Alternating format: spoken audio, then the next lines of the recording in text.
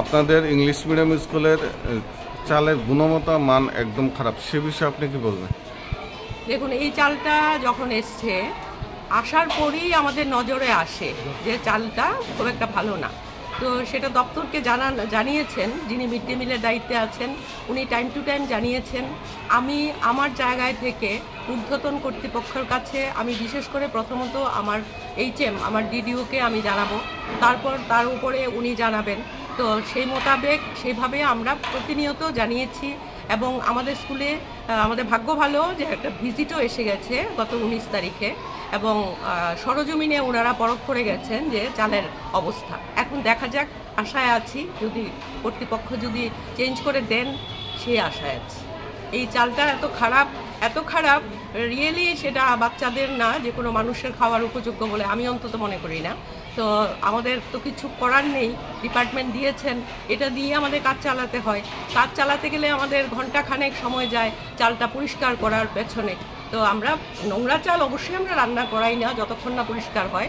আপনারা এসছেন, আমার দু একজন গার্জিয়ানের কাছেও আজকে আমার অনুরোধ ছিল, দু একজন গার্জিয়ান খেয়েও গেছেন, আপনাদের কাছেও আমার বিদ্যালয়ের পক্ষ থেকে অনুরোধ থাকবে চালটা এখন রান্নার পরে কি অবস্থা আছে সেটা একটু দেখে যাবেন, একটু দয়া করে একটুখানি টেস্ট করে যাবেন।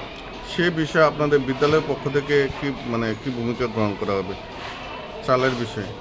চালের বিষয়ে দেখুন, আমাদের জানানো ছাড়া চালটা মিড ডে মিল ডিপার্টমেন্ট দেখে চালটা আইএস অফিসে আছে, তারপর ডিস্ট্রিক্টে, তারপর আরও ওপরে।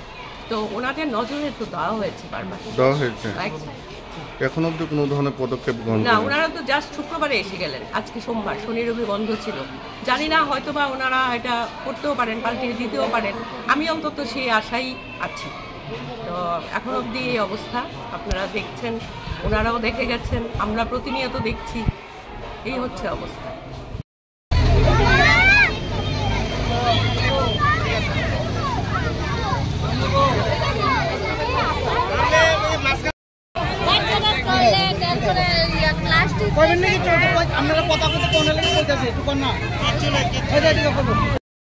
আপনারা মহিলার দিকে কাটা করবেন না, এনে দিকে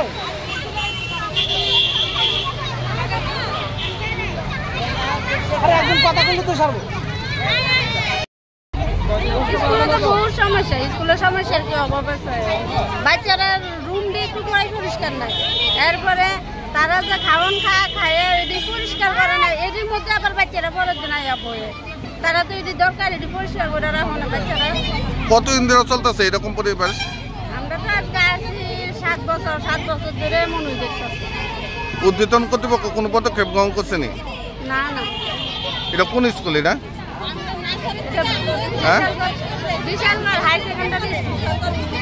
এখন আপনাদের দাবি কি? পরিষ্কার থাকে, বাচ্চারা ক্লাসটা পরিষ্কার থাকে এবং বাচ্চারা যে খাওয়ান না যাতে ঠিকভাবে যাতে তারা এক জায়গায় ছোট বাচ্চারা বয়া তারপরে খাওয়ান না দেয়, এভাবে খাওয়ান দিলে বাচ্চারা অনেক রিস্ক হতে পারে।